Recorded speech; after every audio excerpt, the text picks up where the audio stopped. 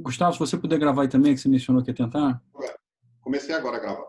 Então tá ótimo. Então, pessoal, bom, começando aqui, boa tarde a todos.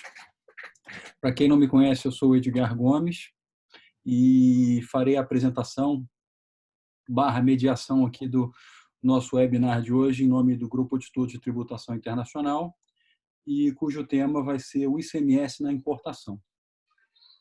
E quero agradecer a presença do Marcos e do Gustavo, em especial de todos que já estão nos assistindo, daqueles que ainda ingressarão no nosso bate-papo. Sei que hoje, nesses tempos de pandemia, a gente tem 10 lives interessantíssimas por dia ao mesmo tempo.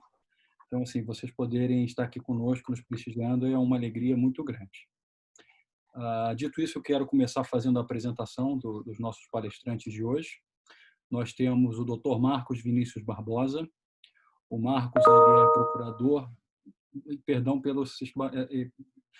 provavelmente vocês vão ficar ouvindo esse barulho, eu não sei tirar, já peço desculpas. O Dr. Marcos, ele é procurador do Estado do Rio de Janeiro e advogado, é ex-assessor de ministro do Supremo Tribunal Federal, ex-procurador da Fazenda Nacional, mestre em Direito Tributário pela UERJ e tem um LLM pela Universidade de Colômbia. Também conosco nós temos o Dr. Gustavo da Gama, que é professor adjunto de Direito Financeiro da UERJ, é sócio do Renault Advogados, mestre e doutor em Direito Público pela UERJ, e mais importante de tudo, ele é marido da irmã gêmea da minha esposa, meu concunhado.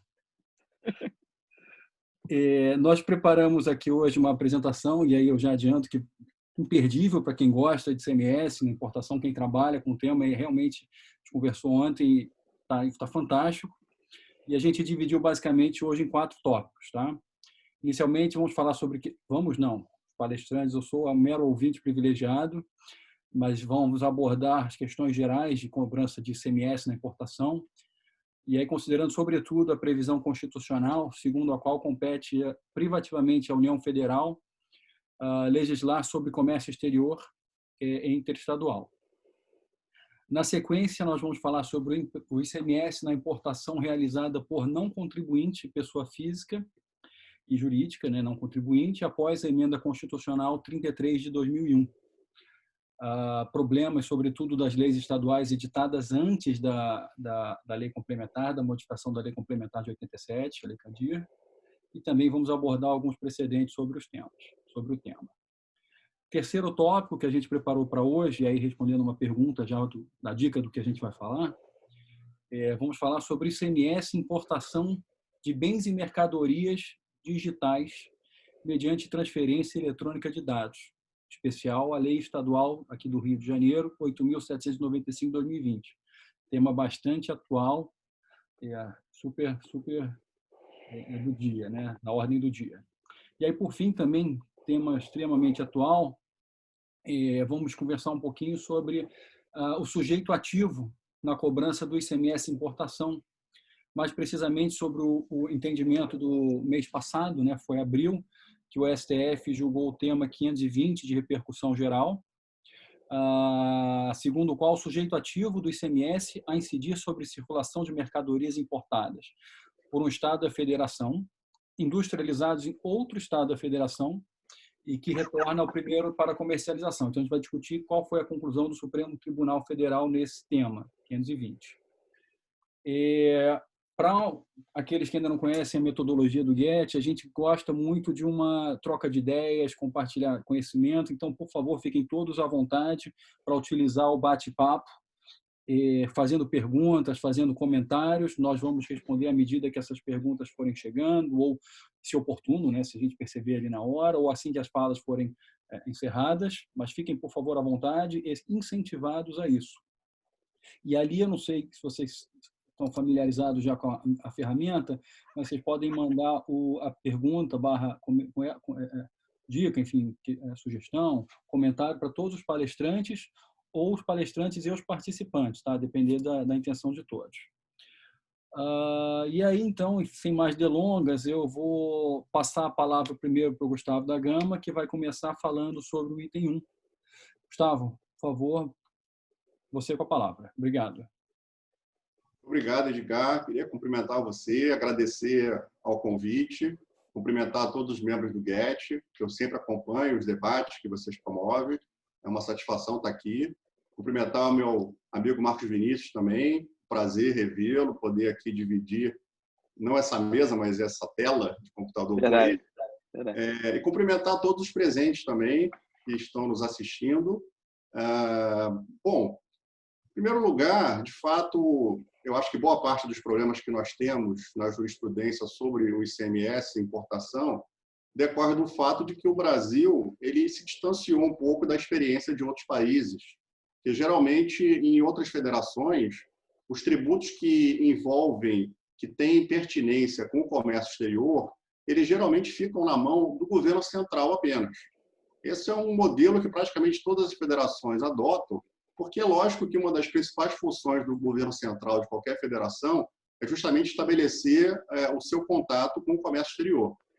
Então, nós aqui no Brasil, por várias razões históricas, a gente acabou tendo essa figura do ICMS na importação, que gera uma série de problemas. A gente paga um preço muito grande por não ter seguido, vamos dizer assim, esse costume dos países que adotam o federalismo fiscal de concentrarem a tributação relativa ao comércio exterior nas mãos da União Federal. Aqui nós temos, então, o ICMS também em âmbito estadual, incidindo na importação. Isso é um problema, porque, de cara, a gente já tem a possibilidade de os países que têm comércio exterior com o Brasil, eles precisam conhecer não só a tributação do governo federal, que já é complexa, mas também a tributação dos mais de 20 entes da federação, que nós temos 27 entes da federação, isso já cria uma complexidade muito grande. E um outro problema também grave é que o ICMS, ao contrário dos outros tributos que incidem no comércio exterior geralmente, no caso dos tributos federais, imposto de importação, imposto de exportação, esses tributos federais eles têm um caráter predominantemente extrafiscal. Então, no caso do ICMS, não. O ICMS é um imposto que, por definição, por sua natureza, é um imposto eminentemente fiscal. Ou seja, o objetivo do ICMS é arrecadar recursos, é o principal imposto de arrecadação dos estados. Então, enquanto na tributação federal você tem impostos, como imposto de importação, imposto de exportação, que são muito mais instrumentos para que a União possa atuar no mercado, no comércio exterior, para estimular ou desestimular importações e exportações, e o componente de arrecadação é totalmente secundário. No caso do ICMS, não. No caso do ICMS no Brasil, é a principal fonte de arrecadação dos estados. Então, não surpreende a gente ter tantas discussões no Supremo, repercussão geral, envolvendo o ICMS na importação, porque, de fato, é um preço muito alto que a gente paga por ter se desviado desse modelo que as outras federações adotam. Como o Edgar bem colocou, comércio exterior é uma matéria de competência privativa da União Federal, está lá no artigo 22 da Constituição. E é lógico que o grande componente do comércio exterior é justamente a questão da tributação. Quando você dá a tributação para entes subnacionais, você gera esse problema. Aliás, o Brasil, historicamente, comete esse erro. Isso não foi um erro da Constituição de 88. Se a gente lembrar, por exemplo, a Constituição de 1891, na República Velha, o imposto de exportação era de competência dos estados. Isso gerou uma série de problemas na época. O Rui Barbosa mesmo foi um que teve que enfrentar esse problema, escreveu muito para tentar compatibilizar isso com o federalismo fiscal brasileiro que estava nascendo ali na época da República Velha. Então, esse é um problema brasileiro que a gente vem de muito tempo. Portanto, eu acho que isso, para a gente entender um pouco por que tanta polêmica envolvendo ICMS na importação, tantos temas que o Supremo tem que debater, a gente tem que compreender um pouco esse histórico e entender que realmente o Brasil, ele nesse ponto, se afastou da experiência de outros países que adotam a federação. E aí o grande problema que a gente tem é que, muitas vezes, a União Federal ela pode ter uma política para um determinado setor de tributação do comércio exterior e ela não consegue implementar por inteiro essa política porque ela, de alguma forma, depende também que os estados, na hora de colocar o seu ICMS na importação, eles possam, de alguma forma, se compatibilizar ou não com essa política. Mas como os estados têm autonomia no Brasil, não tem como a União impor a sua política de tributação do comércio exterior por completo. E aí começam a gerar os problemas que a gente tem, e acho que o Marcos agora pode falar um pouco Acho que o grande exemplo que a gente tem dessa desconexão, vamos dizer assim, entre uma política de tributação federal e tributação dos estados por exemplo, no setor de óleo e gás, que é em relação ao Repetro. Eu acho que é um exemplo prático que dá para revelar essa dificuldade que a gente tem de um imposto estadual incidir numa situação envolvendo o comércio exterior. O Marcos, então, acho que podia, de repente, falar um pouco disso, né? Sim, bom, primeiro, boa tarde. Boa tarde ainda a todos. Queria agradecer ao JET pela oportunidade, pelo convite. Muito bom estar aqui. Saudar também meu amigo Gustavo. Não é a primeira vez que a gente debate, mas é a primeira vez nesse formato. Sempre bom estar dividindo ideias com vocês e com o público qualificado que eu já vi aqui pelos participantes, vários amigos, muita gente boa nos assistindo. Eu acho que eu concordo basicamente com tudo que você falou e acho que um dos grandes exemplos dessa desconexão talvez seja o caso do Repetro, né? Enfim, embora essa discussão tenha ficado um pouquinho prejudicada, e só antes de avançar aqui em qualquer opinião, só fazer um disclaimer, tá? Eu estou falando aqui, quem está falando aqui é Marcos Vinícius Barbosa, eu sou procurador do Estado, mas eu não estou falando nem em nome da Procuradoria-Geral do Estado e nem em nome do governo do Estado do Rio de Janeiro, da Secretaria de Fazenda, nem nada do tipo. Então, as opiniões que eu emiti aqui são opiniões eminentemente minhas, enfim, com isenção acadêmica também. Nem sempre elas vão coincidir com posições favoráveis ao Estado. Eu estou aqui para debater num ambiente eminentemente acadêmico. E acho que um dos grandes exemplos é o Repetro, né? E a gente tem o caso da Resolução 631 de 2013, que deixou isso muito claro. Quer dizer, numa hipótese, na hipótese de admissão temporária, que toda a legislação federal, todo o arcabouço do Repetro no âmbito federal tratava essa hipótese como uma hipótese de não tributação, o Estado do Rio de Janeiro também, mas em algum momento, com a Resolução 631, passou a tratar aquilo como uma hipótese com benefício fiscal, uma hipótese de redução de base de cálculo, em que o resultado daquela operação importasse em uma tributação de 1,5% do valor da operação, né? Então, como se desse uma redução de base de cálculo. Só que para você fazer isso, o pressuposto é que pudesse, de fato, incidir ICMS nessa operação. Acho que o Gustavo, e aí, enfim, por isso que eu falo com toda isenção aqui, eu acho que a gente teve depois decisões do Supremo que acabaram, digamos assim, eliminando a viabilidade jurídica da tese das fazendas estaduais que visavam tributar essas operações de importação, diferenciando o fato gerador do ICMS para esses casos, né? A gente vai falar um pouquinho mais disso quando eu adentrar no próximo tópico, mas basicamente os estados sempre entenderam que o fato gerador do ICMS ele se dividia e acho que, de certa forma, a maioria da doutrina entende isso, em várias hipóteses de incidência, mas especialmente com relação ao ICMS importação, os estados sempre entenderam que a importação era um fato gerador diferente do fato gerador de circulação de mercadorias. O que isso quer dizer? Quer dizer que, olhando para a literalidade da Constituição, especialmente pós alteração da emenda 33, bastaria o ingresso da mercadoria no território nacional a qualquer título para que os estados pudessem, mediante a instituição de leis estaduais, cobrar ICMS na importação. E a gente sabe, já hoje, inclusive, por decisão em sede de repercussão geral, que o Supremo afastou essa tese. Tem um julgamento em que essa tese dos estados ficou muito bem condensada no voto da ministra Helen Grace, né, no RE 203.075, salvo engano, e ela defendia exatamente isso, né, na hipótese do leasing, mas que também se aplicaria às hipóteses de importação como forma geral. E já naquele momento, naquele RE, ela foi voto vencido e depois, na repercussão geral de relatoria do ministro Gilmar Mendes, ficou assentado que também na importação há necessidade de que essa entrada da mercadoria no território brasileiro ocorra com transferência de titularidade, né? Mas sim, com certeza, voltando aqui à questão do Repetro e da desconexão entre a política nacional e a política estadual, isso é um caso claro. Quer dizer, a União tratando isso como uma operação isenta, o Estado, durante um tempo também, a partir de algum momento, ele resolve que não. Como aquilo era uma hipótese, havia sim a incidência e tratava só de um benefício fiscal no caso de isenção, ele resolveu trocar de isenção para redução de base de cálculo e você tem uma operação que é isenta em sede federal sendo tributada no âmbito dos estados.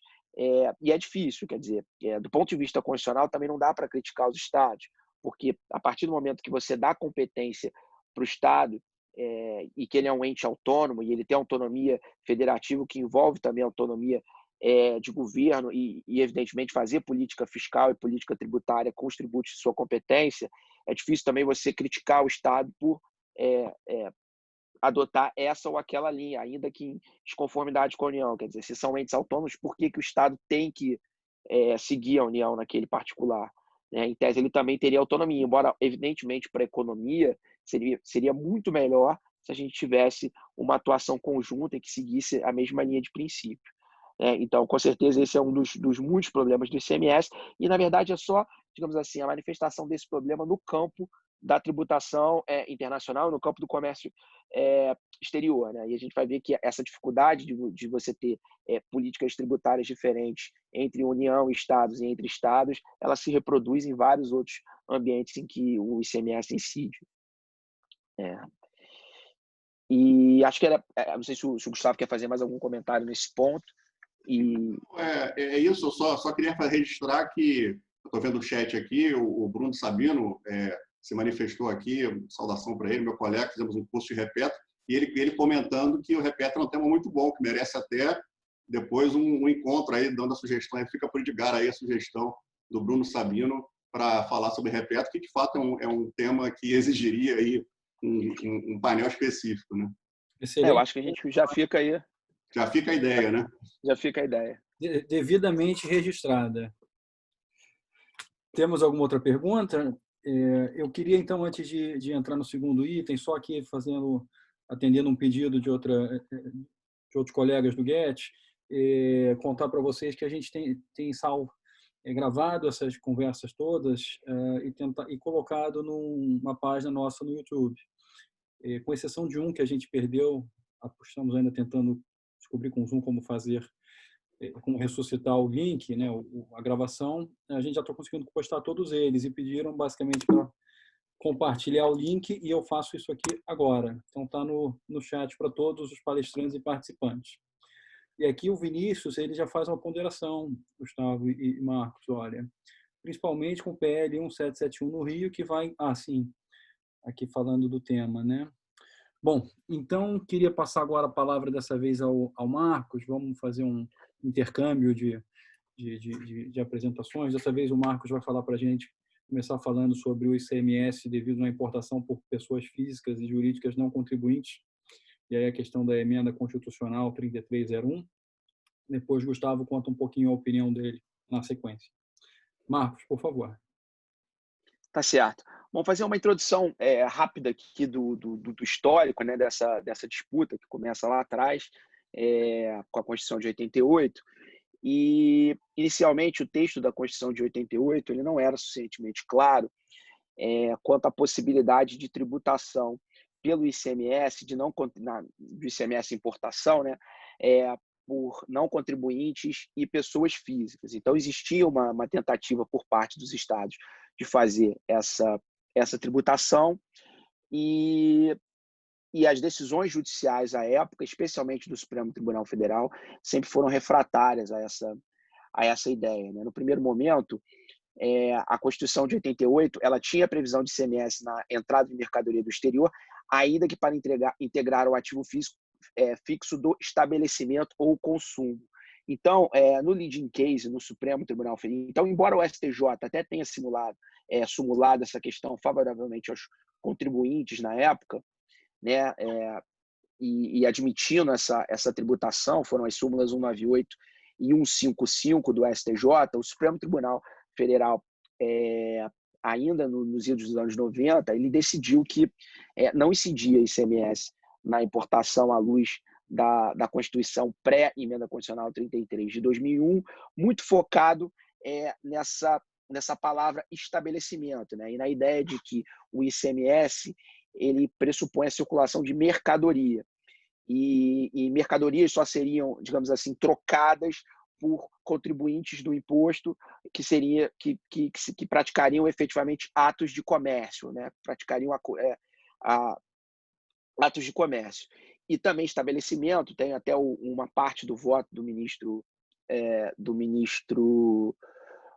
Carlos Veloso e também do ministro Moreira Alves, em que ele, civilista que era, vai muito na questão do estabelecimento para dizer, olha, pessoa física tem residência, não tem estabelecimento só tem pessoa jurídica, e por esse caminho ele afasta.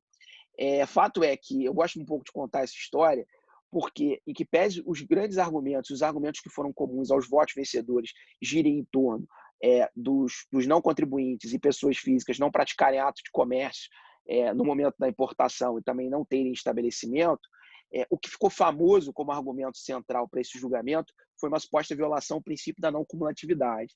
Né? Isso é algo típico do modelo de julgamento do Supremo Tribunal Federal, que é um julgamento em que 9 ministros produzem seus votos, muitas vezes julgam no mesmo sentido, mas por argumentos distintos, mas no final das contas é o relator que elabora a ementa. E a ementa tem um poder muito grande.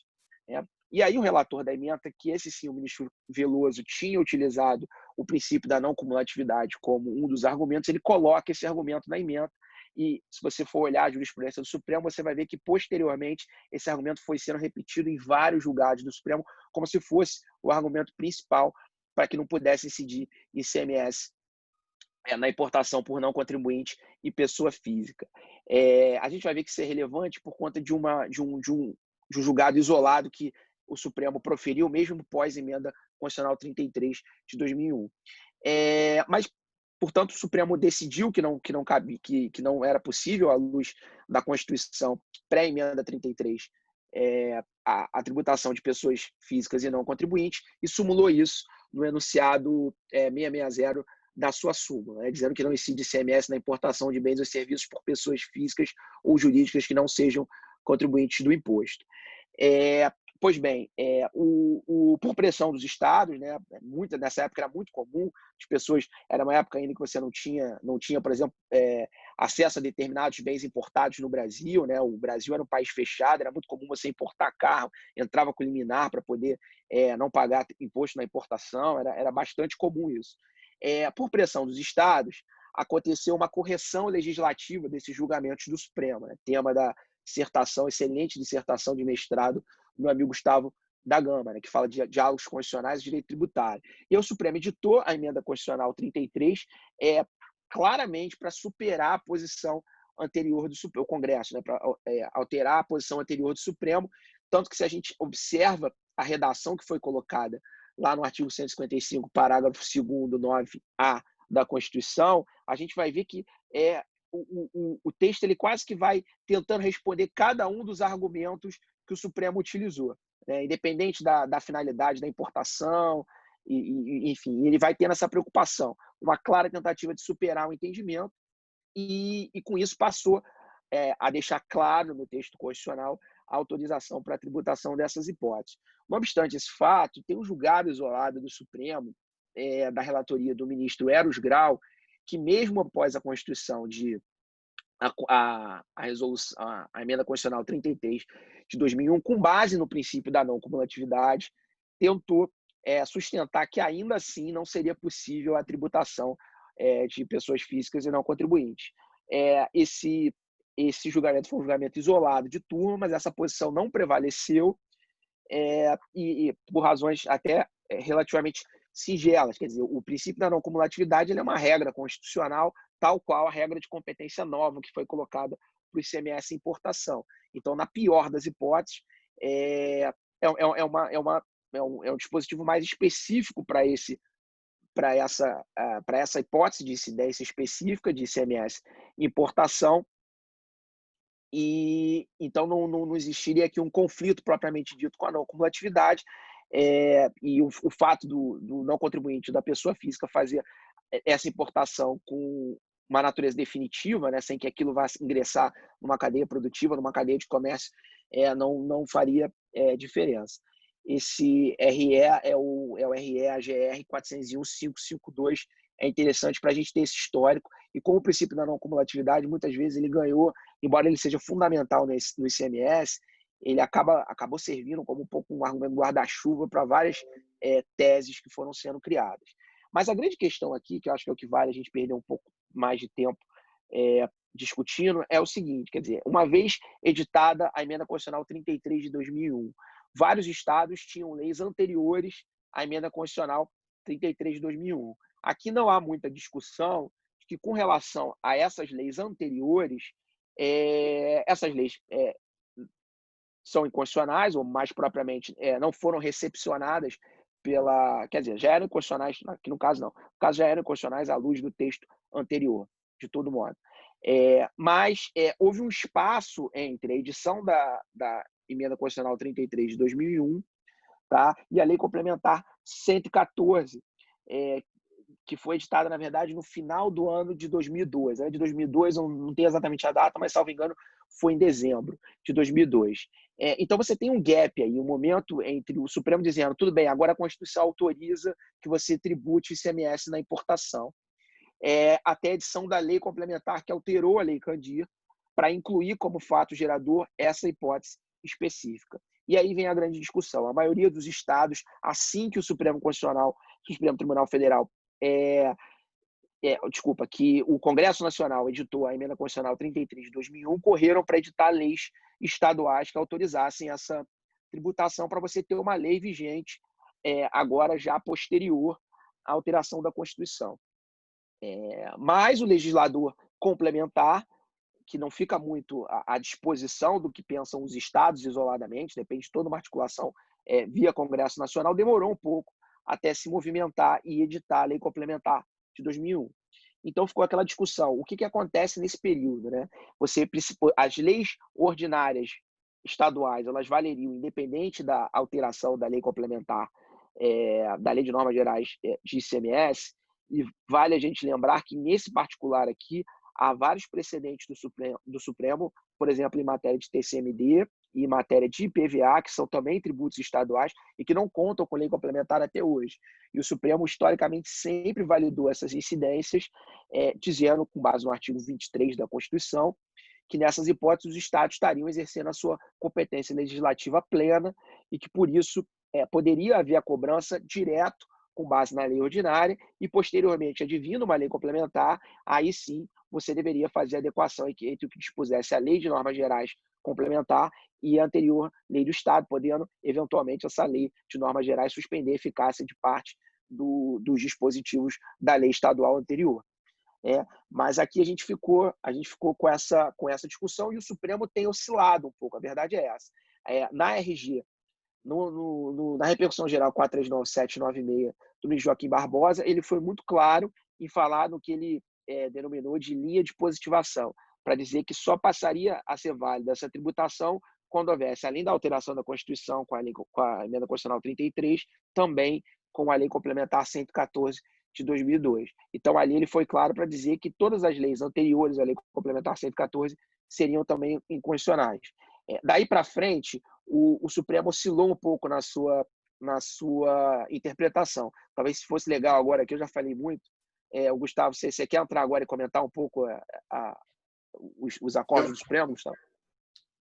Pode ser. Bem, o Marcos colocou muito bem, e essa discussão que o Edgar colocou, ela é importante, ela é muito relevante mesmo, porque pega toda a importação feita por pessoa física, mas também as importações feitas por não contribuintes do ICMS, aquele prestador de serviço. Então, a gente tem muitas discussões em empresas de óleo e gás, que são prestadoras de serviços, empresas da área médica, que também importam muitos equipamentos.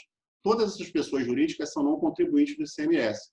E aí só passou a ser possível a incidência do ICMS na importação após a Emenda 33.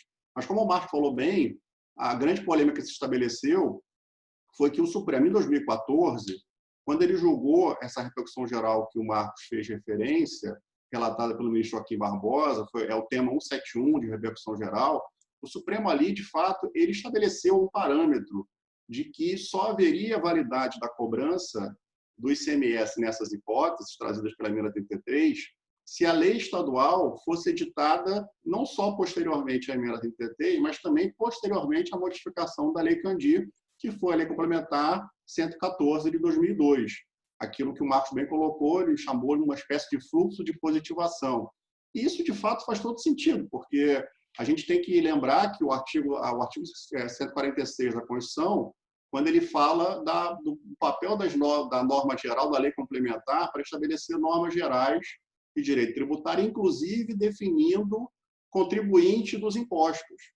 E esse era o caso justamente em que eu precisava ter uma lei complementar para definir o contribuinte do imposto.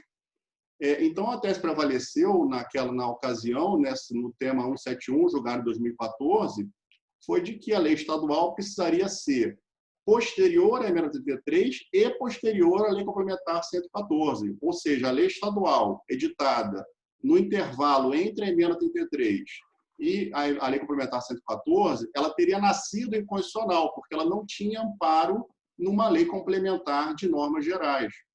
Essa foi a tese fixada lá no tema 171. Fato é que, como o Marcos colocou, a grande maioria dos estados não esperou o advento da lei complementar. Assim que houve a modificação da Constituição pela emenda 33, os estados se sentiram amparados. Já que mudou o texto constitucional, eu não preciso ficar esperando a boa vontade do legislador complementar para modificar a lei Candir. Então, boa parte dos estados fizeram assim. Só para dar exemplo, São Paulo, Rio de Janeiro, praticamente a grande maioria dos estados. Paraná não tem certeza, mas muitos estados realmente eles editaram a lei estadual antes da lei complementar 114. E aí, esses casos agora, ultimamente, a gente tem alguns precedentes da segunda turma, principalmente, esse movimento começou mais ou menos em 2017, em julgados, especialmente do estado de São Paulo, julgados da segunda turma do Supremo, especialmente julgados relatados pelo ministro Gilmar Mendes. O ministro Gilmar Mendes passou a adotar um entendimento de que, na verdade, não era a hipótese de se invalidar a lei do Estado de São Paulo, que era anterior à Lei Complementar 114. Na verdade, o que se deveria fazer era suspender a eficácia da lei estadual até o advento da Lei Complementar 114. Então, não seria uma questão de invalidade da norma da lei estadual editada antes da Lei Complementar 114, e sim uma hipótese de suspensão de eficácia. E assim, a segunda turma, com base nesse voto do ministro Gilmar Mendes, deu provimento a recurso extraordinário do Estado de São Paulo, relativizando, a meu ver, o entendimento que o Supremo adotou na repercussão geral pelo Pleno no tema 171. E assim, vários julgados da segunda turma, recentes, estão nessa linha, muito favoráveis ao Estado de São Paulo, mas, curiosamente, a primeira turma, composta pelo ministro Fux, por exemplo, tem votos recentes também afirmando a tese da repercussão geral lá 171, o julgado de 2014, dizendo, inclusive, do próprio Estado de São Paulo, dizendo que não, que, na verdade, o problema não era de suspensão de eficácia. A lei estadual que foi editada antes da Lei Complementar 114, ela é uma lei inválida, porque ela nasceu inconstitucional. E a Lei Complementar 114 não poderia ter convalidado esse vício de inconstitucionalidade que era congênito ao nascimento da lei estadual. Então, hoje, o cenário que eu vejo é um cenário confuso no Supremo, porque a gente tem a segunda turma tentando relativizar o que foi decidido na repercussão geral no tema 171 de 2014. E a primeira turma vem mantendo o entendimento que foi adotado pela repercussão geral.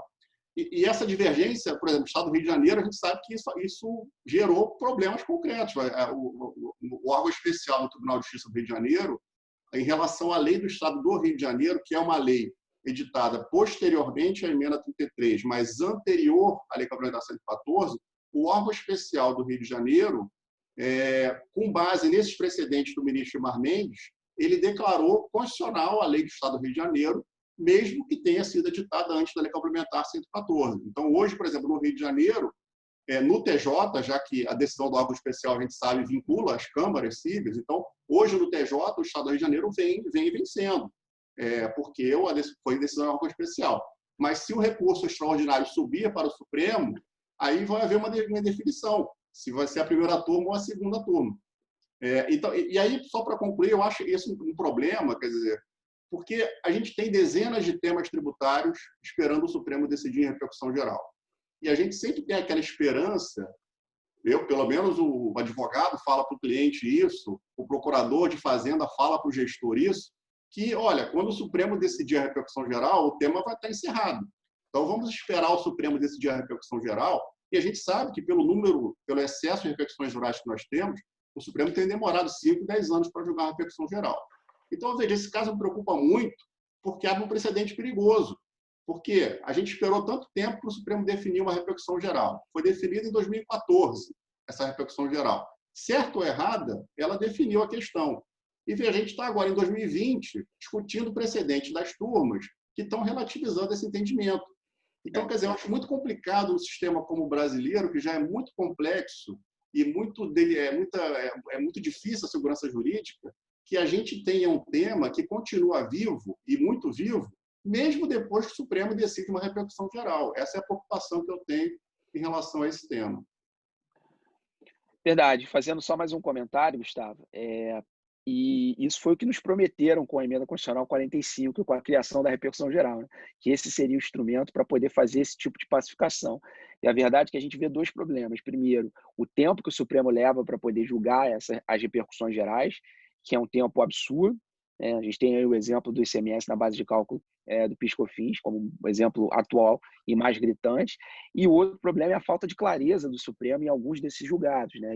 E uma atitude, às vezes, digamos assim, defensiva ou restritiva da tese de repercussão geral, que leva o Supremo a decidir só parcialmente o tema. Às vezes não decide claramente o tema e, às vezes, simplesmente deixa de decidir partes que seriam relevantes para serem decididas também sobre aquele tema. E só mais um comentário adicional, sem querer tomar muito mais o tempo, e até aproveitar para mandar um abraço para o meu amigo Alexandre Abud, dos mais brilhantes procuradores do Estado de São Paulo, super aguerrido, que está aqui honrando a gente com a presença dele. O que São Paulo conseguiu no Supremo com esses dois REs é um verdadeiro cavalo de pau na jurisprudência do Supremo sobre a matéria, porque o Supremo, historicamente, em vários julgados, sempre entendeu que a ausência de lei complementar nesse particular, em relação a impostos, decidiu isso no caso de IPI, por exemplo, né, que é hipótese de invalidade da norma, né, que é o que o Supremo sempre decidiu. E você não tem constitucionalização, você não tem constitucionalidade superveniente, né, como o Supremo também já tinha decidido em outro julgamento célebre, no caso lá do alargamento da base de cálculo da COFINS. Quer dizer, você não pode, a lei se a lei era inconstitucional, mas é inconstitucional, ponto. Então, o que o São Paulo conseguiu ali foi realmente, foram decisões muito boas, graças ao bom trabalho aí dos colegas da Procuradoria-Geral do Estado de São Paulo, que diferem muito do que vinha sendo a jurisprudência padrão do Supremo, nesse particular de necessidade de lei complementar. Não sei como é que a gente está de tempo aí, a gente pode avançar para o próximo tópico, de repente? Bom, eu acho, Marcos, eu vou até pedir para você responder. Fica à vontade. Pergunta da Renata, ela pergunta se seria necessário editar outra lei estadual posterior à lei complementar, pois não poderia haver constitucionalização automática pela lei complementar 114. E aí me pergunto se você já não teria respondido quando você falou da questão da inconstitucionalidade superveniente, né, do alargamento da base de cálculo PIS da COFINS. Não, esse exatamente. Não sei, posso ir? Eu tenho outra pergunta. Respondeu sim. A Renata já respondeu. E aí eu queria perguntar a vocês dois se a gente consegue aplicar esse entendimento por analogia ou idêntico na questão do ITCMD, que está com o Dias Toffoli para bens no exterior, né? O imposto sobre doação. Pois é, então. O que Pode falar. Se eu puder avançar nesse tópico, o que eu acho, assim, e assim, com a tranquilidade de quem já escreveu, eu já escrevi dizendo exatamente isso. A jurisprudência do Supremo clássica sempre foi pela necessidade de lei complementar nessas hipóteses e que, portanto, esses julgados do Supremo, como o julgado do ministro Joaquim Barbosa na RG, em que exigiu essa linha de positivação, eles eram julgados coerentes com a jurisprudência do Supremo. Agora, eu acho que um ponto importante que os colegas de São Paulo procuraram mostrar é o seguinte: quando você está falando esse julgado do ministro Joaquim Barbosa, ele aplicou pura e simplesmente o entendimento do Supremo de necessidade de lei complementar, muitas vezes julgados em hipóteses de tributos federais, e aplicou um tributo estadual, como o caso do ICMS. Qual o problema disso? O problema disso é que sequer a iniciativa, o Estado do Rio de Janeiro ou o Estado de São Paulo, por exemplo, eles sequer tinham iniciativa de lei para essa lei complementar, sozinhos, né? Eles dependiam necessariamente do Congresso Nacional, de uma articulação maior, não dependia de um Estado sozinho para poder iniciar a discussão da lei complementar e depois ver a lei complementar editada.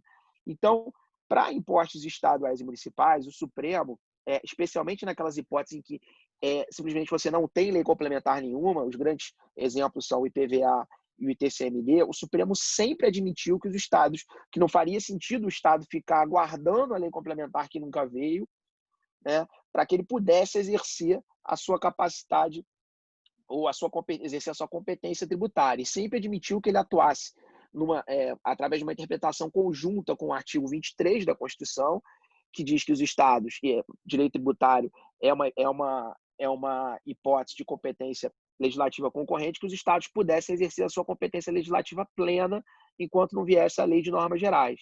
E tanto é que ninguém deixa de pagar IPVA e TCMD por conta disso. Né? No caso do TCMD é a mesma coisa. Como a gente não tem lei complementar definindo como fato gerador o fato gerador ocorrido fora do Brasil, a gente tem essa discussão. Embora, como a gente tenha conversado antes, o órgão especial aqui do Rio aceite e a posição da PGE é no sentido da possibilidade, tem parecer sobre isso. Então, eu acho que com relação a impostos estaduais, eu acho que caberia, talvez, e acho que talvez isso não tenha ficado claro nos julgados que os ministros fizeram, e acho que a linha da eficácia talvez não seja a melhor, né, de você dizer que fica suspensa a eficácia da lei até o momento da edição da lei complementar, que foi o que foi dito nos precedentes que o Gustavo mencionou.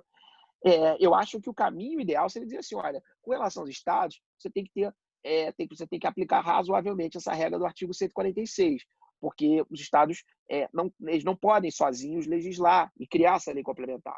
Então, uma eventual letargia do Congresso Nacional, da União, até do presidente, para eventualmente uma demora para sancionar o projeto, que a lei complementar vai à sanção presidencial, pode impactar na capacidade dos estados de se autofinanciar de impostos. Então, talvez para tributos estaduais você pudesse criar uma tese um pouco separada e uma interpretação um pouco diferente, que eu acho que é diferente quando você está falando de União, tentando cobrar um tributo federal que necessita, no caso, um imposto que necessite lei complementar prévia e esteja cobrando ou com a lei instituidora em desacordo com a lei complementar ou sem lei complementar ou fora das hipóteses da lei complementar. Então, acho que talvez coubesse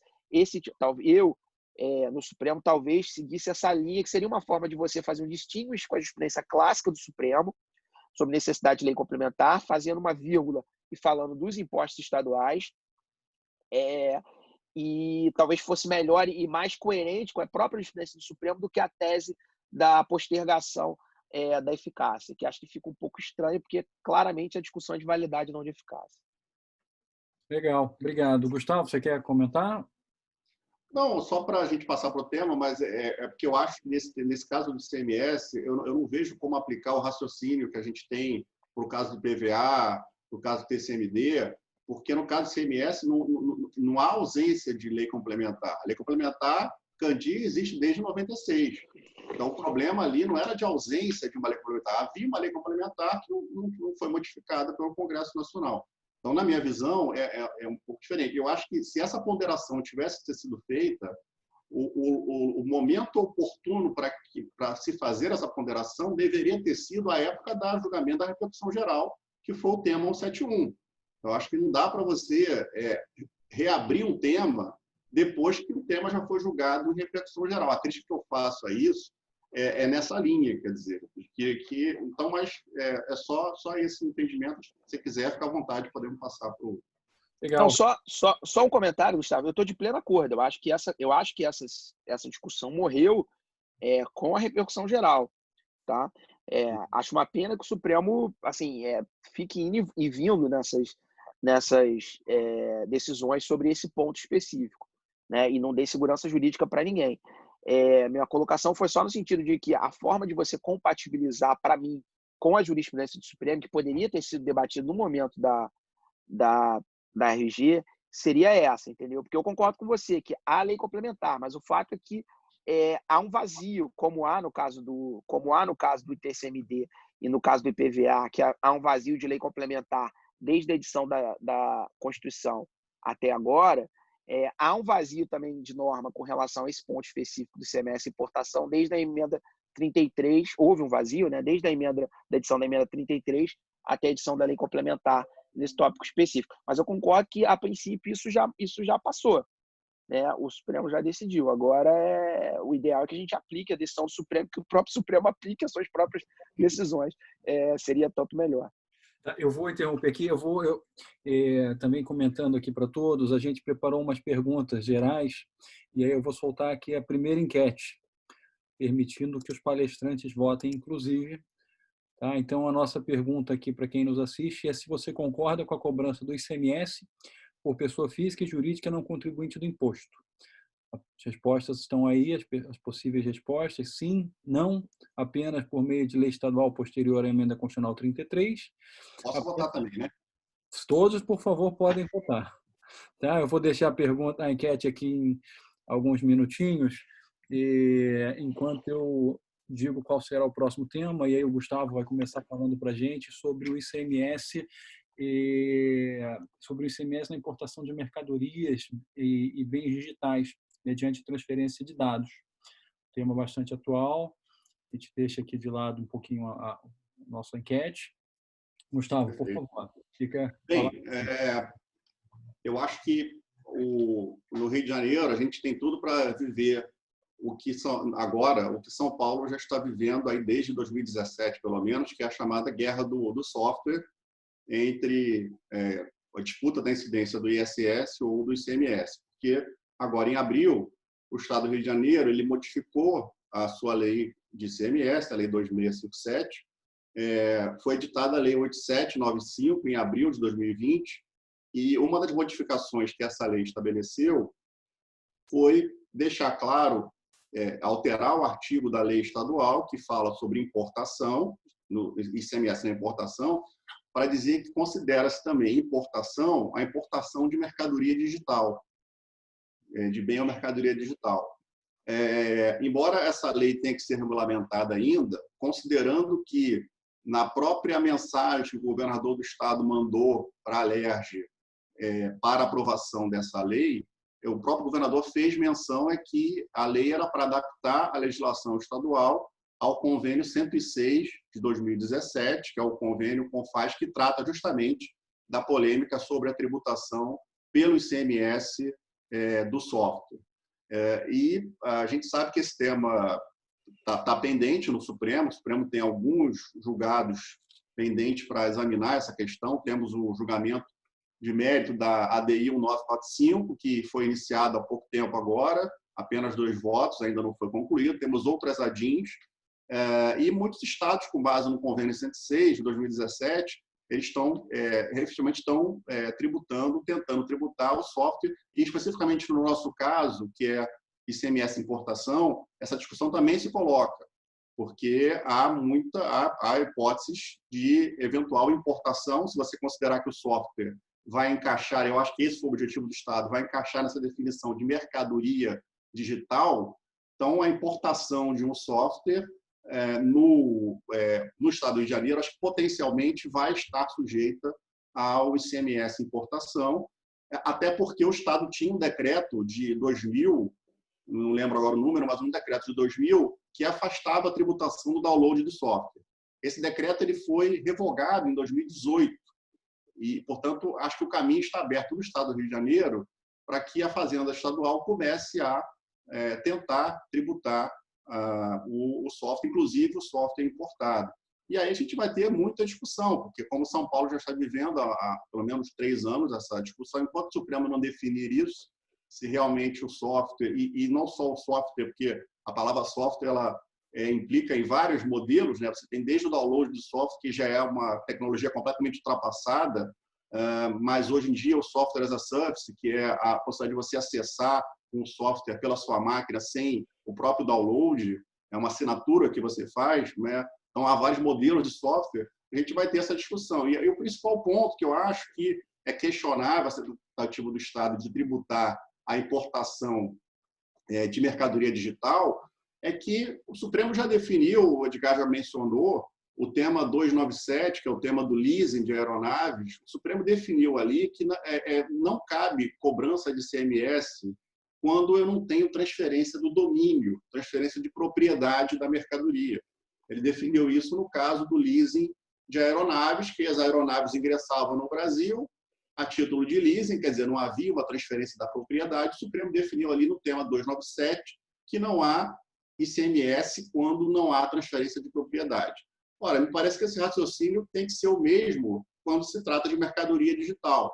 E, geralmente, é difícil você imaginar que numa operação envolvendo software você tem efetiva transferência da propriedade do software.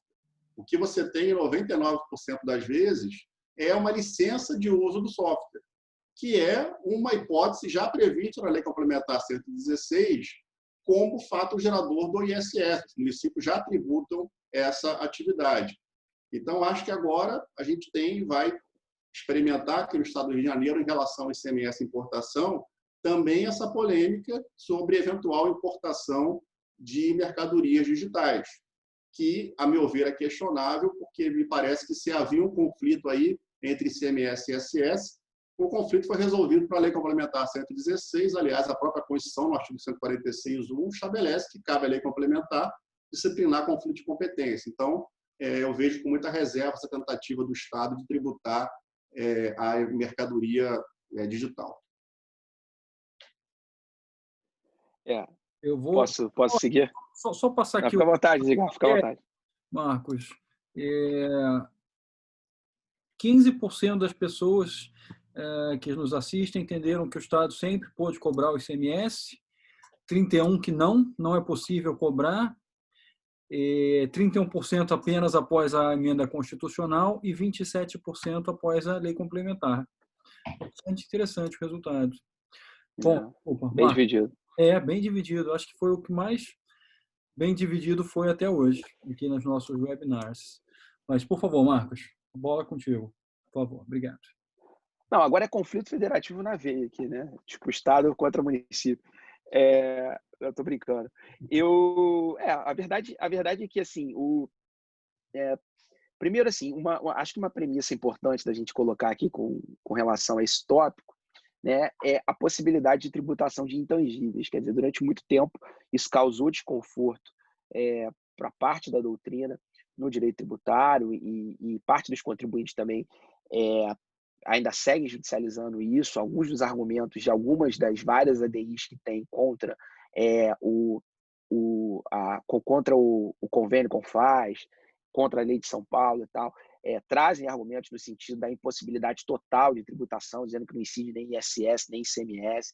Quer dizer, a gente precisa entender que a tributação ela vai evoluindo, né, dentro de uma lógica de capacidade contributiva, ela vai evoluindo conforme evoluem os signos presuntivos de riqueza. Quer dizer, a mercadoria, o que é mercadoria hoje não é exatamente o que era mercadoria quando foi editada a Constituição de 88, por aí vai. Tanto que o próprio Supremo, na interpretação da imunidade dos livros, fez uma análise do ponto de vista histórico e uma análise aplicou uma interpretação evolutiva do dispositivo que previa lá no artigo 150 a imunidade dos livros, para estender essa imunidade também para os livros eletrônicos, né? E depois estendeu mais ainda para os e-readers e por aí vai. Um pouco se adequando à nova realidade do Aconteceu alguma coisa aí? Tá todo mundo me ouvindo? Ah, tá, desculpa. É porque alguém perguntou o que houve aqui, eu vi que você estava sem som, mas você desligou o microfone. Não, sem problema. Estou ouvindo bem. Tá tudo bem, então. Tá. Beleza. Achei que não tivessem me ouvindo também. Mas, então, também aqui, quando a gente fala da via da tributação e não só na via da imunidade, a gente também precisa aplicar essa mesma lente. Então, não é novidade que o ICMS possa incidir sobre bens intangíveis, bens que não tem que não dependem de uma plataforma corpórea, né, física. O Supremo, nesse sentido, o Supremo, interpretando a Constituição, o texto da Constituição já admitiu a tributação de energia elétrica, por exemplo, já diz que energia elétrica é mercadoria para fins de tributação do ICMS.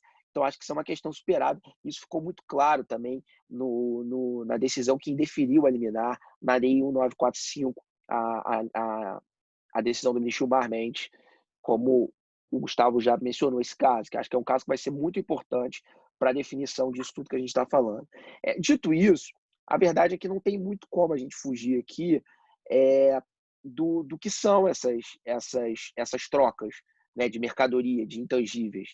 E a verdade é que, como regra geral, não tem como fugir disso aqui, independente de ser procurador do Estado, da brincadeira que eu fiz com o Gustavo no começo, que cada vez mais a gente caminha por uma... Até por isso, eu acho que isso um pouco está por trás dessa proposta de reforma tributária, que traz o IBS, que um pouco mistura tudo.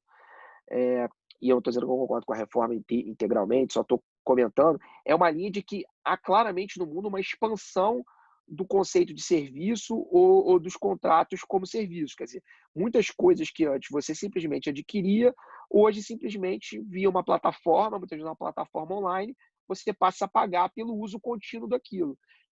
Num tipo de negócio que muito mais se aproxima de um serviço do que de uma mercadoria. E eu também concordo que o espaço, no mundo ideal, o que o Supremo vai fazer nesses julgamentos é estabelecer algumas premissas básicas. Agora, quem tem que definir isso é o legislador complementar. Eu acho que a Lei Complementar 116 ela já fez um bom trabalho nesse sentido. Eu acho que falta o Supremo dizer com todas as letras que sim, você pode ter tributação de bem incorpóreo também, no caso software, desde que seja um software de prateleira e se for hipótese de download, por exemplo, você vai poder ter sim a incidência de ICMS. Naquelas hipóteses em que a gente tratar de download de software que são elaborados de forma customizada para o contribuinte, aí sim vai incidir o ISS. E nesses tipos de contrato em que você paga para utilizar o software, que você paga por uma licença anual, para você ter acesso àquilo em X máquinas, enfim, você pode levar para uma outra máquina e por aí vai depender muito. Vai depender muito do formato dessas contratações e aí eu acho que talvez a gente tenha aqui ou ali uma zona de penumbra que a gente não vai poder ficar esperando pelo Supremo para decidir. Quer dizer, a gente vai ter que confiar no primeiro momento na legislação que a gente já tem, que é a Lei Complementar 116, se for o caso, atualizá-la, numa conversa franca entre estados e municípios, somente se houver um deslocamento muito forte de receitas dos municípios dos estados para os municípios, de fazer algum tipo de compensação nesse setor, que eu acho que é o futuro. O futuro da tributação está em torno disso, né? Cada vez mais você busca o serviço, cada vez mais você deixa de comprar carro. Quanta gente já não deixa de comprar carro para usar Uber, né? E aí, enfim, se você não tributa o Uber, como é que você faz? O Estado também não vende, não tributa a aquisição de veículos, quer dizer, isso se desloca por o que alguns autores chamam de plataformas digitais, né? O mundo está caminhando para isso. Então, a gente precisa também atualizar essa tributação e acho que o caminho natural para isso é a lei complementar. Eu acho que argumentos do tipo não pode tributar porque não tem plataforma física, esses argumentos estão superados, são antigos, não vão sustentar. E acho que no mundo ideal a gente precisa de uma lei complementar ou talvez, de fato, como foi tentado, não sei se nos mesmos termos da PEC lá proposta da PEC 45, né? Da proposta de emenda constitucional 45, que cria o IBS, mas a gente precisa talvez alterar os fatos geradores de serviço e de mercadoria para adequar e atualizar eles para a nova realidade que a gente tem, que hoje é completamente diferente. Então, antes de Gustavo, tem algum comentário? Gustavo, antes de eu devolver a palavra para eventuais comentários seus, eu queria já fazer a nossa próxima enquete, que deixa eu colocá-la aqui, por favor, fiz besteira. Vocês estão me ouvindo? Voltei, perdão. Estamos sim. Perdão.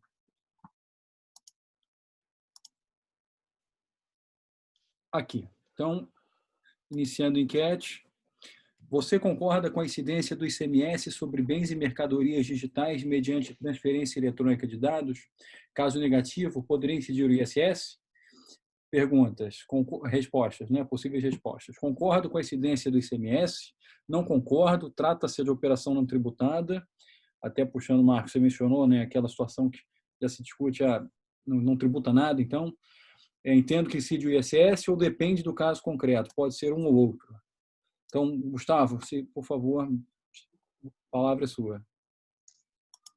Acho que o Marcos falou muito bem o problema que a gente enfrenta. Eu também concordo que esse é um tema de clara zona de penumbra entre ICMS e ISS. É uma tarefa do legislador complementar.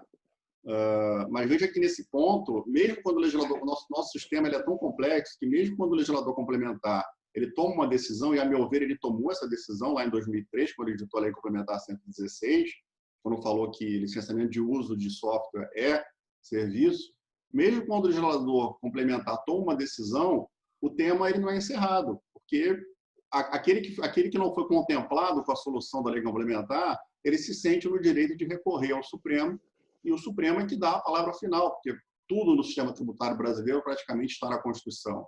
Então, a gente tem que conviver realmente com isso. O que a gente espera é que o Supremo ele consiga dar conta, porque esse caso que a gente está vivendo agora é sintomático. A ADI 1945 está sendo julgado o mérito da ADI agora, o Marco falou bem, a medida cautelar foi adotada lá em 2010, se não me engano, há 10 anos atrás, e a lei é de 90 e pouco, no tempo em que ainda tinha download de software. Hoje, em 2020, decidir um tema tão importante com base em download de software já está totalmente ultrapassado, porque hoje não tem mais download do software, hoje é software as a service. Então, quer dizer, corre o risco do Supremo, quando tomar uma decisão de mérito sobre uma questão complexa dessa, acabar tomando uma decisão atrasada. Então, mas é um sistema que a gente tem, infelizmente, é um problema realmente do sistema brasileiro e não há muito o que fazer. Antes da gente entrar no último tempo, obrigado, Gustavo. Antes da gente entrar no último tema, chegou mais uma pergunta em relação a essa. Queria ver se vocês podem responder. Foi o Daniel Andrade que pergunta se, na verdade ele diz, né? A pergunta não é jurídica, é mais política. Não seria mais fácil os estados... Eita, peraí que chegou uma outra.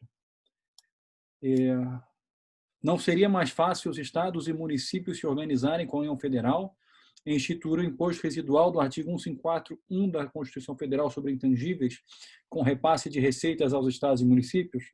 Marcos, Gustavo, o que vocês acham?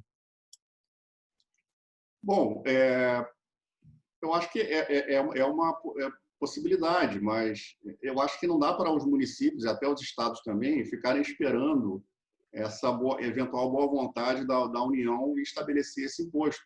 A gente sabe que esse artigo da Constituição é uma letra morta. A União Federal nunca usou esse artigo, nunca estabeleceu um imposto residual. Ela sempre que pôde criar alguma coisa, ela criou contribuição justamente para não dividir o produto da arrecadação com estados e municípios.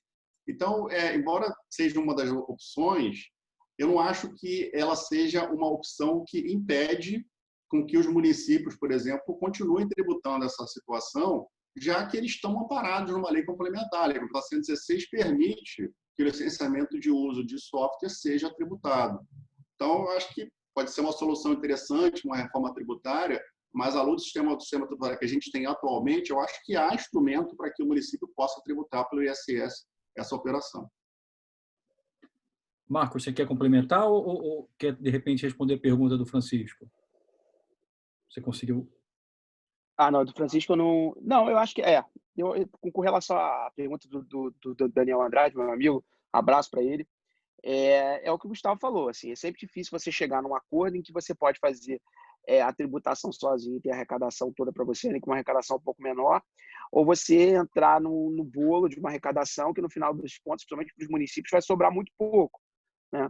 Então, seria, do ponto de vista político, uma negociação complicada de ser efetiva. Agora, no mundo ideal, talvez fosse uma solução, sim, de você evitar a briga federativa, fazer assim, talvez não via um 541, mas talvez via uma alteração mais profunda no texto constitucional, mas um imposto sendo tão importante a tributação sobre esse tipo de serviço ou de mercadoria, ou o que quer que seja, de troca de valor para o futuro, que todos os entes fizessem uma tributação única, que ficasse a administração a cargo da União e eles fizessem uma repartição específica para esse dispositivo, talvez fosse ideal. Agora, assim, seria uma negociação complicada de se ver dar certo na prática. A do Francisco...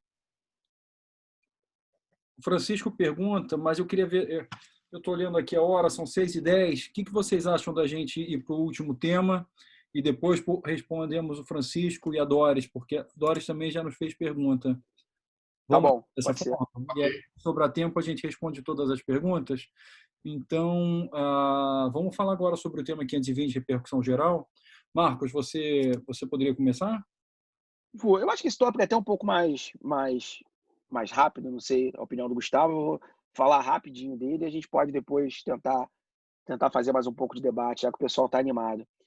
Quer dar o resultado aí da pesquisa ou posso seguir? Não, já está na tela de todo mundo, né? Imagino. Então tá bom. Beleza. Vou fechar tiver, aqui na minha. Se não tiver, alguém, por favor, manda mensagem aqui para a gente e eu dou o resultado, mas vou deixar ele aqui aberto. Tá bom. O último tópico que a gente ficou aqui para falar é o julgamento bastante recente, né, do tema 520, repercussão geral, também atinente à questão do ICMS importação, mas especificamente no ponto da sujeição ativa, ou seja, quem é o sujeito ativo no caso do ICMS importação. O Supremo já tinha uma posição bastante firme com relação a isso, talvez faltasse sistematizar, como o ministro Edson Fachin fez no seu voto, mas o Supremo já tinha mais ou menos posição, já tinha pelo menos 2 julgados, o RE 299079 e o RE 504457, em que ele definia que o sujeito ativo do ICMS na importação é o estado onde esteja o estabelecimento do destinatário jurídico da mercadoria, ou seja, em linha com a ideia do Supremo de que você, para ter tributação também na importação, você precisa da circulação jurídica e não meramente da circulação física. O Supremo já tinha julgado que ele considerava desimportante o estado em que ocorria, por exemplo, o desembaraço aduaneiro, pura e simplesmente, desde que o destinatário jurídico tivesse localizado no outro município, no outro estado esse sim que teria a sujeição ativa para a cobrança do ICMS. Isso é importante para trazer segurança jurídica sobre esse tema.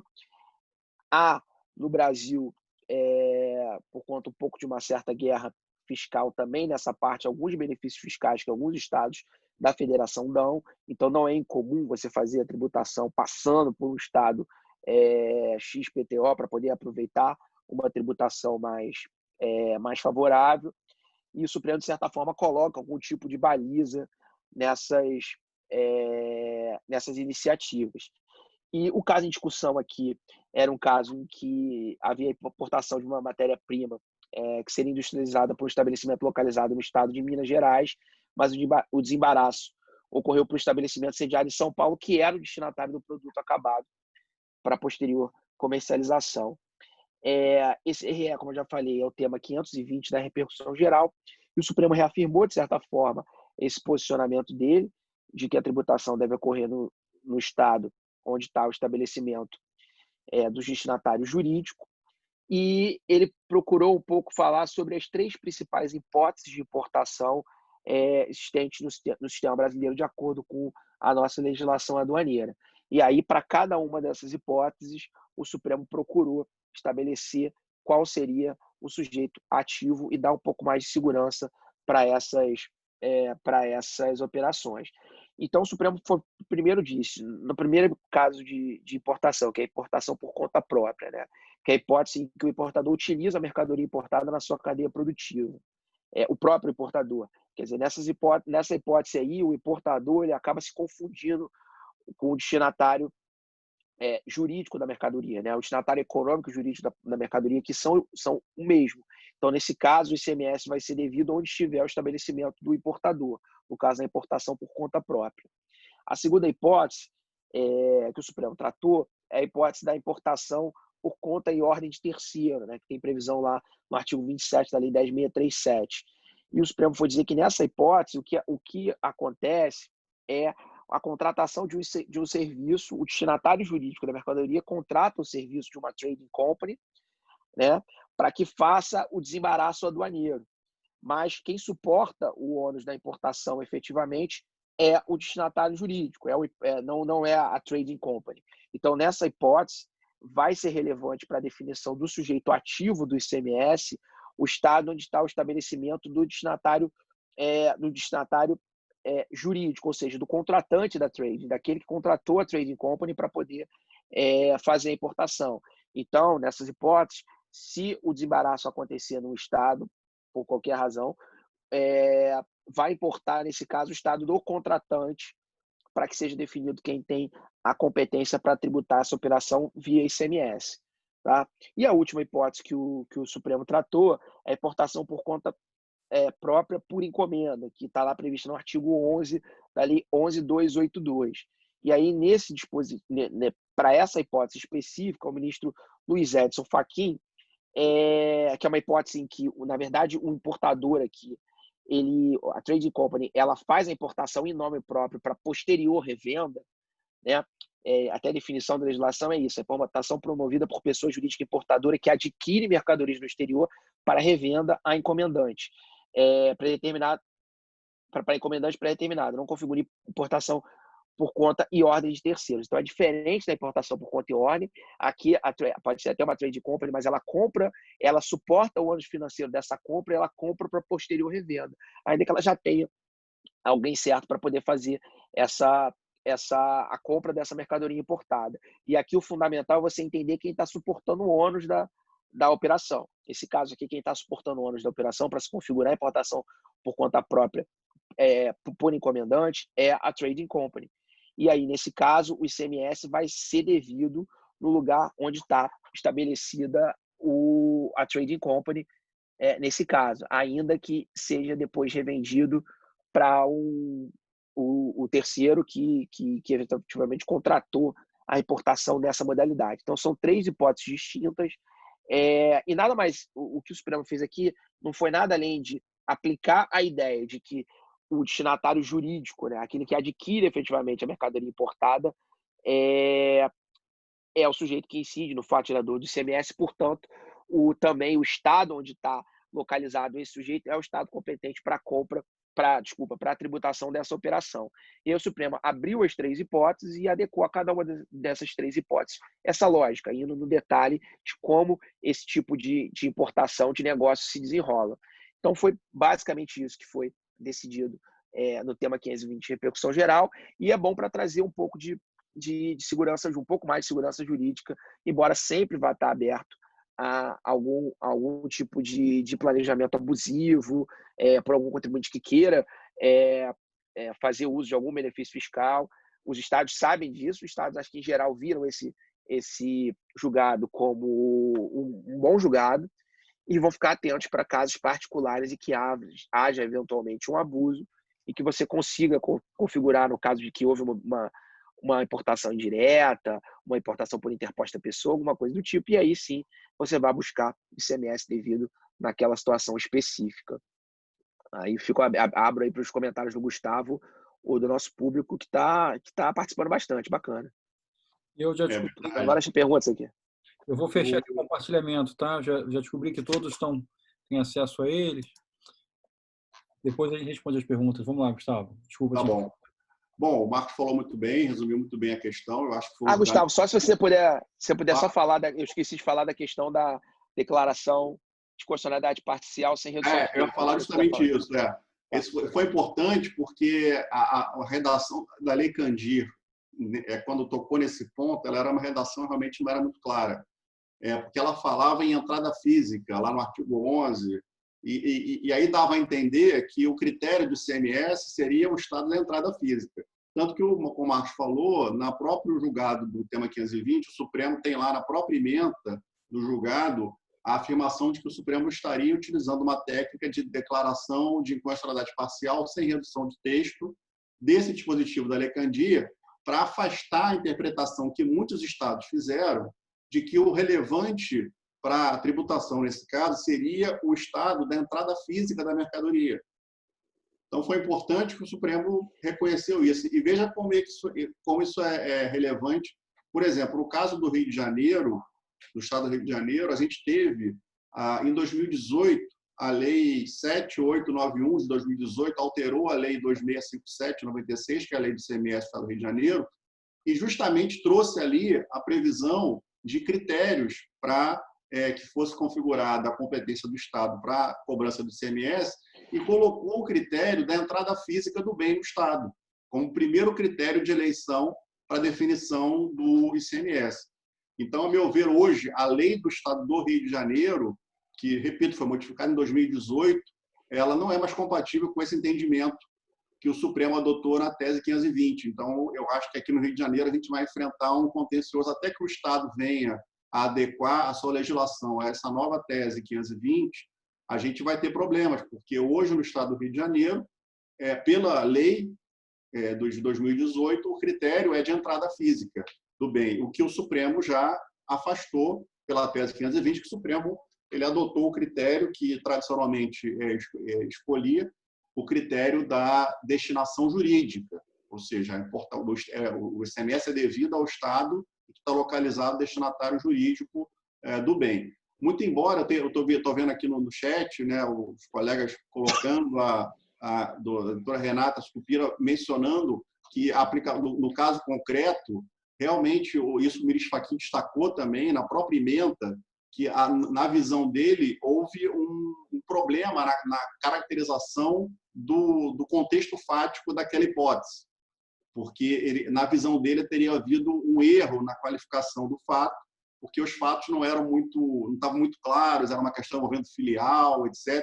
Então, assim, tem o problema do caso concreto. Agora, o mais importante que da tese 520 foi que ela estabeleceu esse holding, essa ideia geral de que deve se afastar o entendimento que muitos estados adotavam de que o único critério para a definição do CMS seria o local em que a mercadoria foi desembaraçada. Acho que com a tese 520 esse critério foi afastado. Bom, então, antes da gente responder as perguntas, eu vou lançar a nossa última enquete. Interromper compartilhamento. Que é basicamente se você concorda com o entendimento do Supremo Tribunal Federal sobre o tema 520. Então, está aqui em andamento. E aí eu queria perguntar para vocês, eu vejo que temos uma pergunta aqui, temos algumas, né? Mas temos uma... não sei o nome de quem fez a pergunta, mas basicamente é se vocês entendem que a decisão do STF seria uma carta em branco para a guerra fiscal. Qual a opinião de vocês? Se é que vocês já pensaram a respeito disso.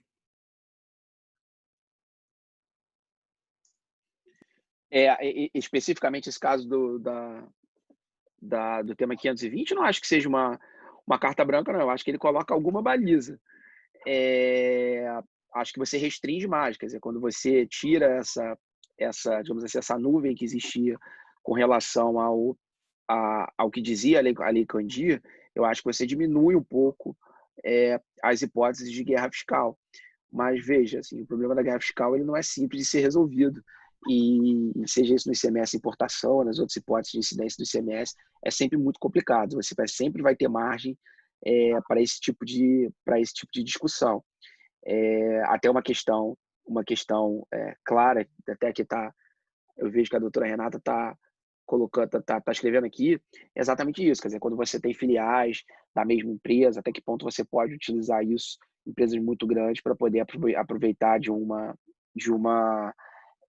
fato, de uma tributação mais favorável num ou no outro estado, e depois internamente você fazer a transferência dessas mercadorias, você sempre vai ter espaço, a própria sei lá, importação direta, ou mesmo uma importação por interposta pessoa. Então, assim, espaço para você se valer de meios mais ou menos legais,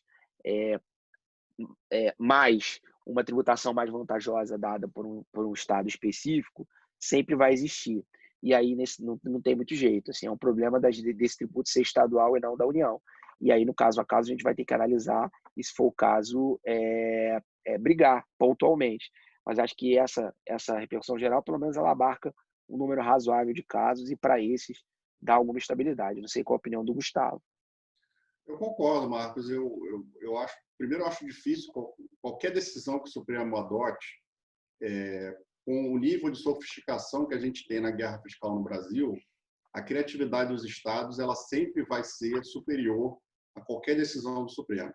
Mas, na minha visão, nesse caso específico, foi bom o Supremo afastar o entendimento de que o ICMS seria devido sempre no local de entrada física do bem. Porque eu acho que, se o Supremo tivesse definido que o ICMS seria devido sempre ao local de entrada física do bem, aí sim que a gente poderia ter, talvez, um estímulo maior à guerra fiscal, que é o que acontece muitas vezes na prática.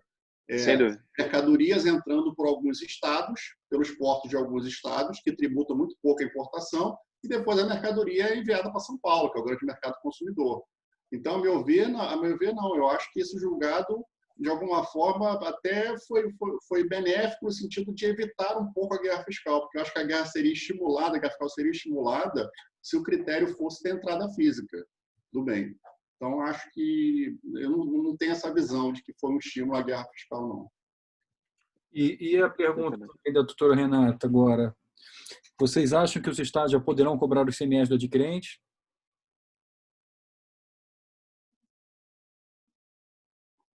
Bom, aí a gente vai ter que ver como está a lei estadual de cada estado. Isso vai ser uma dificuldade. Porque a gente viu aqui, eu acabei de falar, a lei do Estado do Rio de Janeiro, ela é de 2018 e ela adotou critérios como se fosse devido pelo estado da entrada física do bem.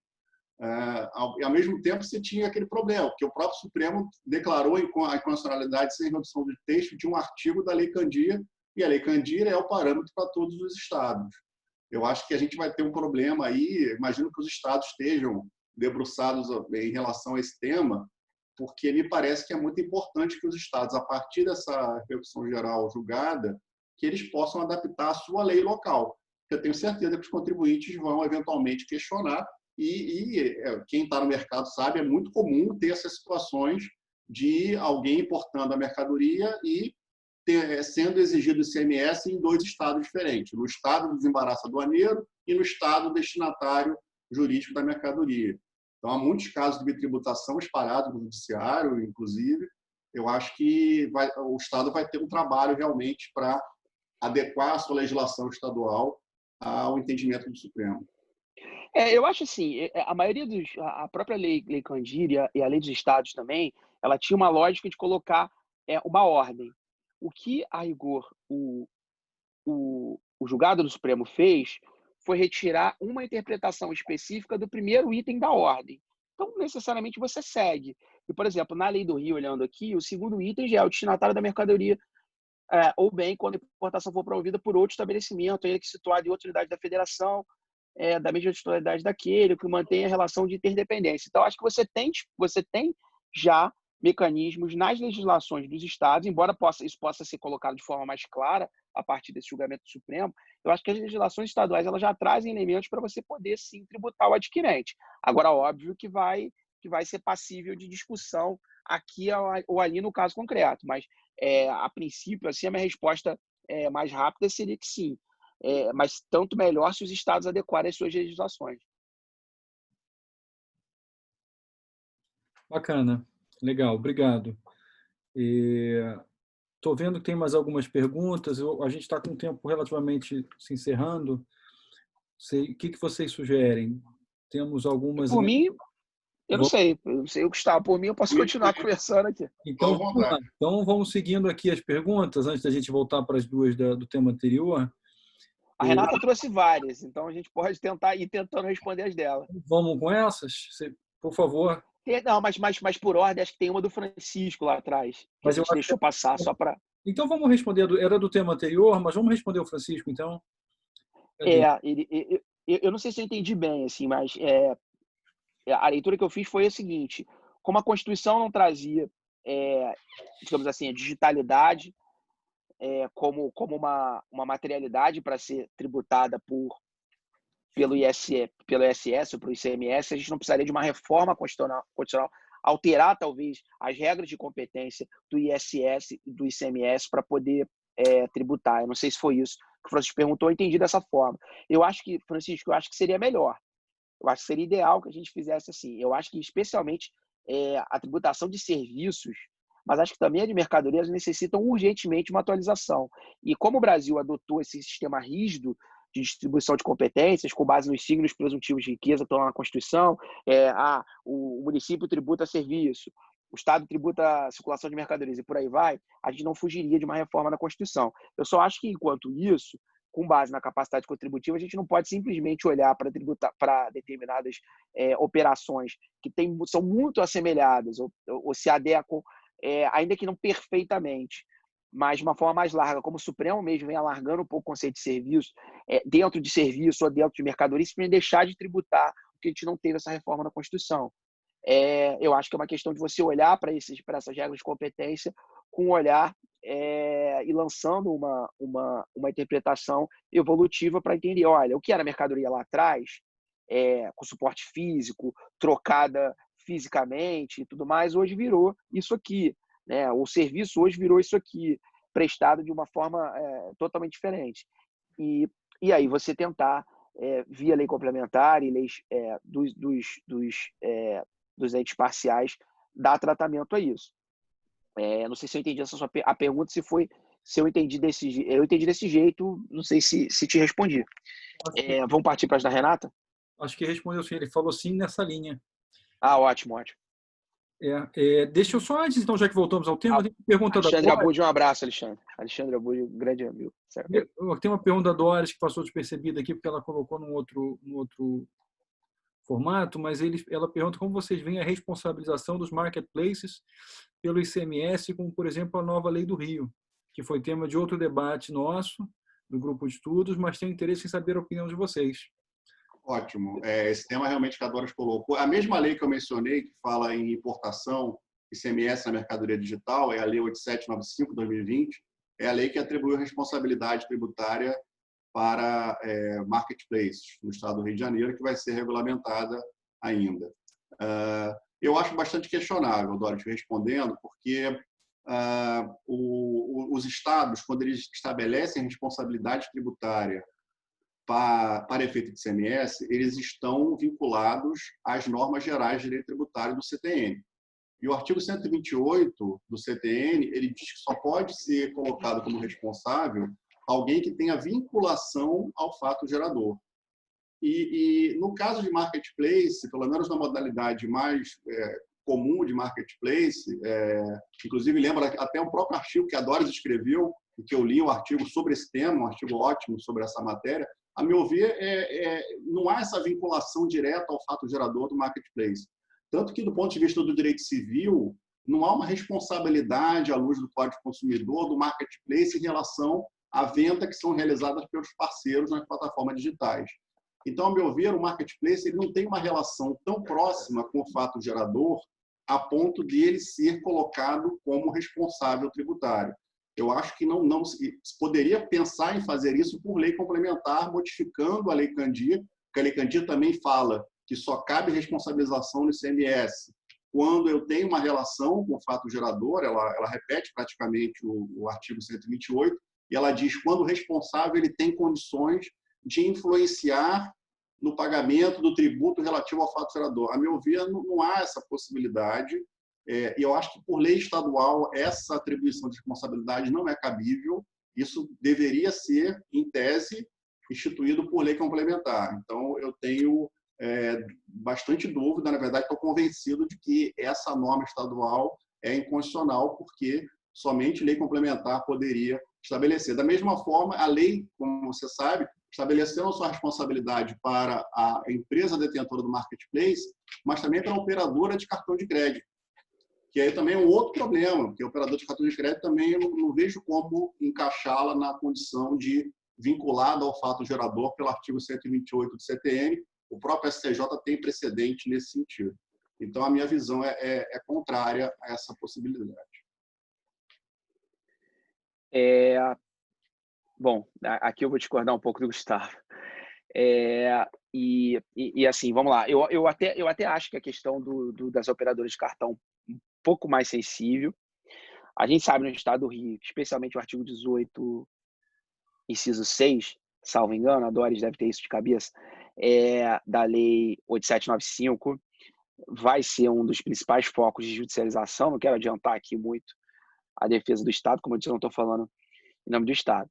Mas isso que o Gustavo falou, é exatamente isso. Quer dizer, e tem decisões do Supremo nesse sentido, tem um RE de relatoria do ministro Sepúlveda Pertence, no caso da Bahia, e o Supremo já disse isso outras vezes também, que para que você possa validamente instituir uma hipótese de responsabilidade tributária, você precisa basicamente, primeiro, fazer por lei, não fazer por decreto, como muitos estados várias vezes já tentaram fazer. E segundo, você precisa, o responsável tributário ele precisa ter uma relação direta com alguma relação com o fato gerador. Eu não vejo aqui, tentando interpretar o que seria a relação com o fato gerador, uma dificuldade tão grande de você imputar isso ao marketplace.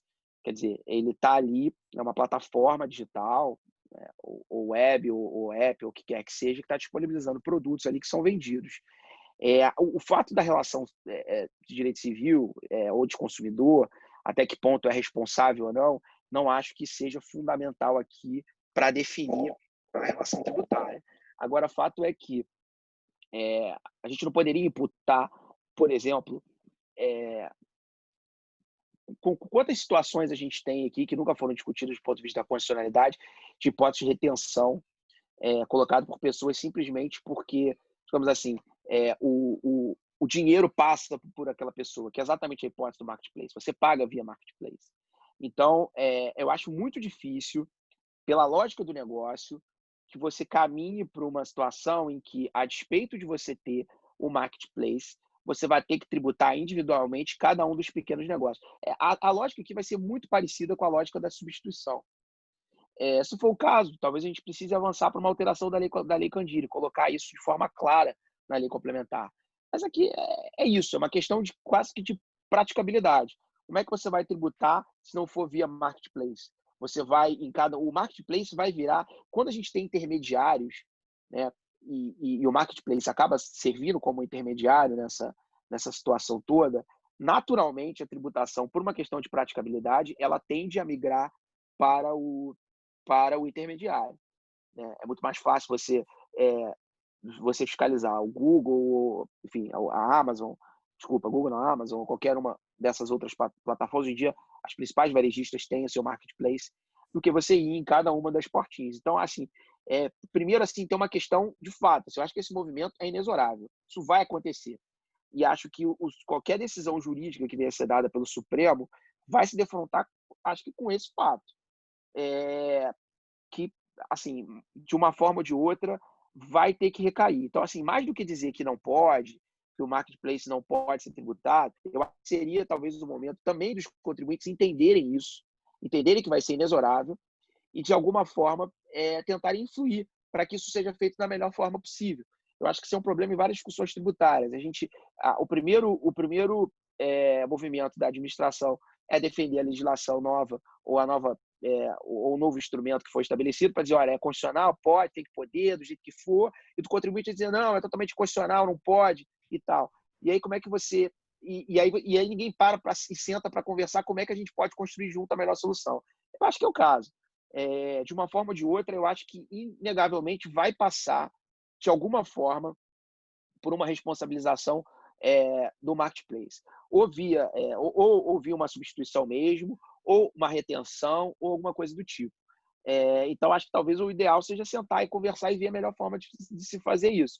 Mas eu concordo, assim, não é simples, a discussão é boa, esse artigo é sensível, a gente sabe que a gente vai ter judicialização nesse ponto, mas eu acho que o Estado tem bons argumentos para defender. E repito aqui, o Supremo tem alguns casos já decididos que ele fala exatamente isso. Tem lei? Tem. Tem relação com o fato gerador? Eu acho que aqui é o campo de discussão. Se tem ou não tem relação com o fato gerador. Eu acho que tem. Gustavo acha que não tem. A Doris acho que também, acredito que acha que não tem também. E o ponto nevrálgico vai ser esse. Eu acho que talvez o caminho do meio seja sentar e tentar, de alguma forma, influir nesse processo para fazer isso da melhor forma possível. Obrigado, Marco. A discussão é muito boa, realmente. Só complementando o dado que a Doris trouxe também no chat, que, na verdade, hoje o Marketplace ele já é contribuinte do ISS, porque ele pratica um serviço de intermediação. Então, se trazer a complexidade do ICMS para o Marketplace, que já é contribuinte do ISS, eu acho questionável. Mas esse ponto que o Marco falou é muito importante. Eu acho que os contribuintes eles têm realmente que ter essa ideia, mas essa ideia de poder negociar junto com a fazenda. Agora, o que eu acho problemático nesse caso é trazer essa solução via lei estadual. Eu acho que, se a gente tem uma lei complementar, que é a Lei Candir, que traz normas gerais sobre responsabilidade tributária, eu acho que eventual responsabilidade teria que vir por lei complementar. Eu acho que o instrumento lei estadual é bastante questionável e o Supremo até tem precedente também no sentido de que a lei estadual, claro que a responsabilidade é matéria de lei, mas a lei estadual ela é escrava, vamos dizer assim, dos parâmetros da lei complementar, do CTN e da Lei Candir. Mas eu reconheço com o Marcos aí que é um tema super polêmico e acho que daria até um outro evento, né? Nós já tivemos um evento, né? Já tiveram, é verdade, eu assisti, é verdade. Tem outras perguntas chegando e a gente já está com a hora bastante adiantada, então deixo para Gustavo e Marcos escolherem cada um uma última pergunta para a gente finalizar aqui as nossas conversas de hoje. De repente, uma da... Só falar para o pessoal também que, eventualmente, quem quiser continuar essa interlocução aí, a gente pode continuar via LinkedIn ou via qualquer outra dessas, não é difícil achar a minha ou o Gustavo por aí, a gente pode continuar batendo esse papo, não tem o menor problema. Eu, para além de ser procurador do Estado, eu sou advogado também, tenho interesse acadêmico em todas essas discussões, então vai ser o maior prazer. Eu acho que a Renata fez várias, a gente podia pegar mais uma dela, né? Eu acho legal, acho uma boa ideia. A Renata pontuou uma coisa interessante, que aquela controvérsia sobre a questão de fato relativa ao tema 520, o acordo já foi publicado e já foi objeto de embargo de declaração. Então, pode ser que naquela questão de fato, o Supremo, nos embargos de declaração, ele esclareça, talvez não a tese, mas a aplicação ao caso concreto. E bacana, né, Gustavo, que a Renata ela ajudou a elaborar os embargos. Muito bom. Pois é, ela até colocou aqui, por isso que ela até pediu desculpa, mas não tem porquê. Por isso que ela está tão por dentro do assunto. Eu até agradeço totalmente brifada. Eu agradeço a participação, poxa. A interação aqui é o objetivo do GET. Compartilhou um artigo que ela escreveu sobre o tema, interessante. Legal, aqui bacana, Renata. Parabéns, obrigado. Todo mundo, Renata? Porque tem está aqui para todo mundo já. Não, é só para o chat. Legal. Vou fazer isso aqui para todo mundo. E aí, por favor, vocês puderem ir escolhendo uma pergunta, pelo menos, e a gente vai conversando até 6 horas, pelo menos, a gente consegue. Não, só uma observação aqui, o doutor Luiz Carlos Palmiro, ele dá uma colocação sobre a representação comercial independente quando faz uma venda, se ele tem responsabilidade para a mercadoria vendida. Então, o marketplace teria exatamente a mesma figura. Por isso que eu vejo complicado essa associação, entender que o marketplace ele tem uma relação com o fato gerador, porque em muitas situações o pagamento é feito diretamente para o parceiro lá do marketplace e não há responsabilidade do ponto de vista civil, que o Marco colocou, mas até do ponto de vista, se você for a lei do Marco Civil da internet, que acho também é uma lei importante que a gente tem que usar para interpretar a legislação tributária, que a gente tem o artigo 110 do CTN, que diz que os conceitos de direito privado não podem ser manipulados pelas normas tributárias. A lei do Marco Civil da internet, ela fala expressamente que o provedor de conteúdo, que seria o exemplo aqui do marketplace, ele só tem responsabilidade de acordo com a sua atividade. Isso quer dizer o quê? O marketplace, é claro que ele vai responder pela qualidade da conexão, ele vai responder pela eventual insegurança ou invasão de um hacker em relação à página do marketplace. Então, assim, o que é a atividade do marketplace, ele é responsável. Mas ele não é responsável pela venda em si do produto que é feito por intermédio dele, porque ele é um mero intermediário, tanto que, como a Doris colocou, ele é contribuinte do ISS. Então, acho que a gente também, trazendo a lei do Marco Civil da internet para essa discussão, eu vejo com muita dificuldade como que uma lei estadual poderia estabelecer o marketplace como responsável tributário. Então, acho que essa colocação do Dr. Luiz Carlos tem um pouco esse raciocínio. Eu concordo com o raciocínio que ele colocou. Se de repente também a Doris puder compartilhar o artigo que você falou que ela tem sobre o assunto. É verdade. Aqui, também seria bacana. Sobre tratamento tributário do marketplace, que ali ela explora bem essa questão. Ela, inclusive, examina Legal, tem interesse. A lista de serviços do ISS.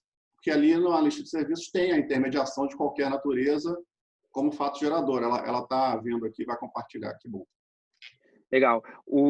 Deixa eu pensar mais uma pergunta da Renata aqui. Ela perguntou se a gente acha que com esse julgamento o Supremo fechou a discussão com relação à sujeição passiva do ICMS. Eu acho particularmente que não, assim. Mas eu acho que ele, assim, digamos assim, ele ajudou um pouco nessa discussão, mas acho que não fecha todas as hipóteses.